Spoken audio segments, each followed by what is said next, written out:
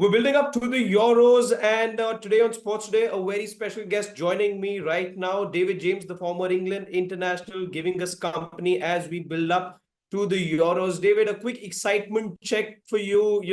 How excited are you really? And welcome to Sports Today. Yeah, well, thank you for having me on. Namaste. Excited, yeah. Well, with England's result against Iceland yesterday, it's taken a bit of the edge off the total excitement. But let's be right, we've got a fantastic tournament coming up. We've got a number of teams in particularly good form.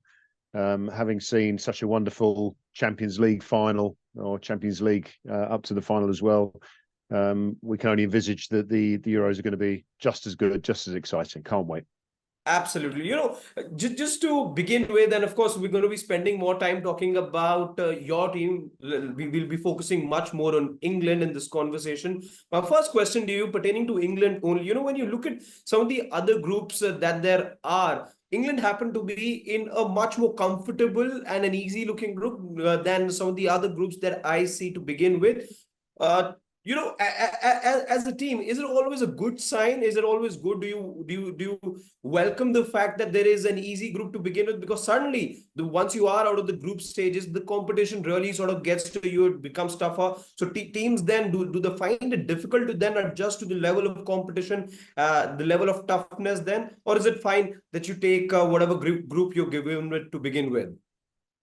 I think in normal circumstances,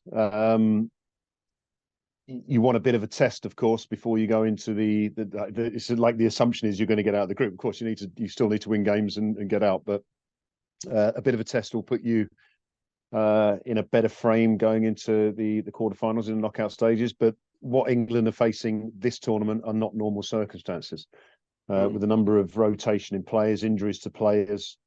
What we had going into Euro 2020, very consistent, regular starting lineup almost has been, I think someone described it to me as a sort of shotgun scatter selection where, players have just not been in regular form or not necessarily regular form, but regular selection. So I think this group might suit England better than having a little bit more of a test. And that's not to say that this won't be a test. This is the beauty of the Euros. And as Iceland proved last night with England, even ranked 77th in the world, they can win a game of football. So if we think we're through because it's easier, we're not. We still have to win. You spoke about rotations, injuries that the England squad presently is witnessing. One of the things that's being talked about as part of that rotation policy is the decision to let go of somebody like Harry Maguire from the side, a Jack Grealish from the side as well. How do you look at that? Because that's the big buzz around the England squad right now. Do you think this was called for, or maybe the England manager, Gareth Southgate, has perhaps erred over there? I mean, I'm away at the moment with playing a charity soccer match tomorrow, and there's a lot of ex-players, a lot of ex-England players. And as you can imagine, especially after the announcement of the squad, there was a conversation. The one thing that we understand is being a player in that squad is they're the only people who are privy to this kind of the information which will make Gareth's decision correct in his eyes. We won't know what's going on behind closed doors. And I think given the way that England throughout Gareth's tenureship have done their selection process, there would have been a valid reason that Harry Maguire, Jack Grealish and Marcus Rashford didn't go. Marcus Rashford, I think in some ways, one of the things that England have got in strength in depth is the attacking threat.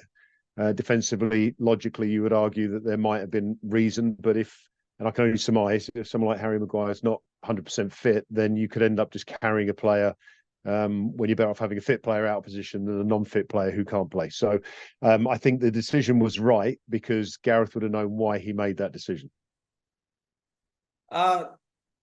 Talking more about the England front three, because you spoke about there having a difficulty to make it to the England squad. That there's such reserves as far as rich reserves as far as talent pool is concerned. It's going to be very difficult making to you're playing 11 of the side as well. Forget just the reserves. But if I was to put you under the spotlight right now, who do you look at as the best front three for England? Plenty of options they've got. There's a Foden to consider. Of course, there's a Kane, there's a Bellingham. There's so many other options as well that England have. What do you think, in your view, is the best front three that England can possibly go with? Yeah, I think and again the issue here is Gareth will Gareth will have a way of playing, and it doesn't matter what. I'm not he's not going to listen to what I say, but my view might not be the way that Gareth plays, which will make my view look wrong. Again, this conversation has come up. I think you can play Harry Kane as the number 9 if you want. I think you can fit in Phil Foden, Bellingham, and Declan Rice in a diamond in that middle. But I'm not sure Gareth is going to play that way. So what my view is, as I say, slightly different. I would want to see Bellingham, Foden, Cole Palmer on the pitch at the same time. You've got creativity, you've got skill, understanding. You know, the likes of Phil Foden and Jude Bellingham. Jude Bellingham's still got his Champions League trophy, or Champions League medal around his neck. Phil Foden's still got the 4th Premier League title. I mean, these guys are winners. They know how to play in winning teams, and therefore you want them on the field, because a lot of football is not involved in having the ball, even if we do admire the skills. And I think when you've got winning mentality, winning understanding, then you understand how to be part of a team, even when you haven't got the ball at your feet. So if Gareth can find a way to get all 3, including Declan Rice, and all 4 if you include Carlton Pole on the pitch, then that's my preferred lineup. Yeah, he's got plenty of problems. And of course, as they say, it's a good headache to have perhaps when you have that kind of a talent pool. But what, in your opinion, is perhaps the best role for Jude Bellingham? Because we've seen him play the false 9 in this Champions League season, the La Liga season as well, where Real perhaps, made do with an entire season without an out-and-out striker. He has the ability to play at the on the left wing as well, perhaps behind the striker too. So he's a multi-talented player. As we all know, he has all those skill set. But what is the best role, according to you, for Jude Bellingham in this England Yeah, side? again, yeah. It's a good question. And the thing is, he can do the defensive work as well. I mean, he covers a lot of ground, as does Declan Rice. And I think this is the point about having that diamond in the middle.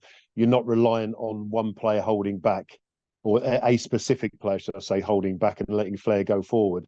You could have the rotation. Yes, Phil Foden is not going to drop back in and do the defensive side of it. But if you've got Declan Rice or Jude Bellingham rotating when needed, a lot of successful European teams do this. They don't have just a holding CDM.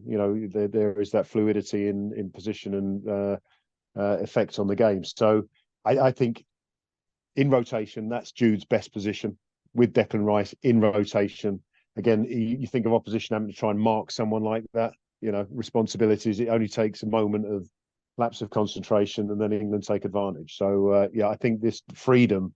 And again, I say this respectfully, the freedom to play like they do with their clubs, which is very difficult for an England manager. I understand that, but that would be my preferred role for Jude Bellingham. Yeah. We've talked about, the good things about England, the strengths about England, let's say. But are there any visible weaknesses that you see in the finalists of the last edition, the team that made it to the final of last year? You put me on a spot here because I'm supporting England. So the weaknesses, of course, I mean, like the issue that we have here is that there are some very good teams in this tournament, as we would expect. And the strengths of the other teams are always going to become a weakness of the team they're playing against. So, there's someone with the strike power of France, as and when they play England, if and when they play England, I think you're going to be testing England's defence. What we saw against Iceland wasn't a team under massive pressure defensively, but one moment decided the game, and ultimately that is in or through defensive position. So lack of numbers in defence might be a slight issue. Again, when Gareth picked his squad, he would have known that he had to deal with this problem or this issue, and he has enough time, albeit a few days, whatever, to do the training, get the defensive side right. So if England are going to win, then their weaknesses aren't going to be as bad as anyone else's. I think that's probably the easiest way for me to say it. Okay, before we wrap this up, I want a quick prediction from you. Your prediction for the 2 finalists and the ultimate winner of the Euros 2024. Right, the 2 finalists, and it's trying to work out before anyone shoots me down. The permutations effectively mean that I think anyone can meet anyone in the final, if I'm not mistaken. So they're probably going to meet in the quarterfinals, but England versus Portugal would be the ultimate final. I think a 20-year anniversary of 2004. Portugal in fantastic form at the moment, and I'm going to be supporting England till someone beats them. So England have to be there. Portugal will be my other team. Your pick for the winner? England, of course. I can say that right now. Yeah, of course, England. Yeah. All right, David James, thank you so much for sparing time and talking to us here on Sports Day. You know, the one destination, in fact, as far as the Euros is concerned, the Sony network is where you will be getting all the Euros action in Euros 2024 as far as India is concerned.